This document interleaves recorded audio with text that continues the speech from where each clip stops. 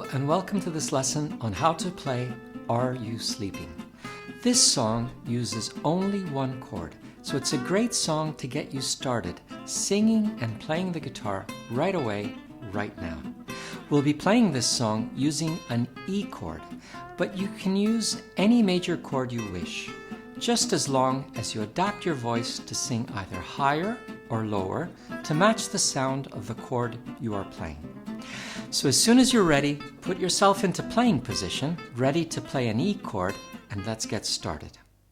To play this song, simply sing the song as you would normally, playing simple downstrokes with your thumb or a pick, imitating the sound of bells ringing. Let me demonstrate. Are you sleeping?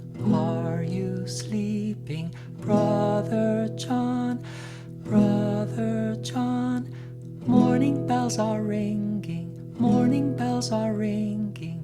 Ding, dang, dong, ding, dang, dong. Press the pause button, watch this video again to review, and repeat playing this song over and over until you become better and better. Thank you for watching this video. Please press the like button and subscribe. Good luck playing and see you next lesson.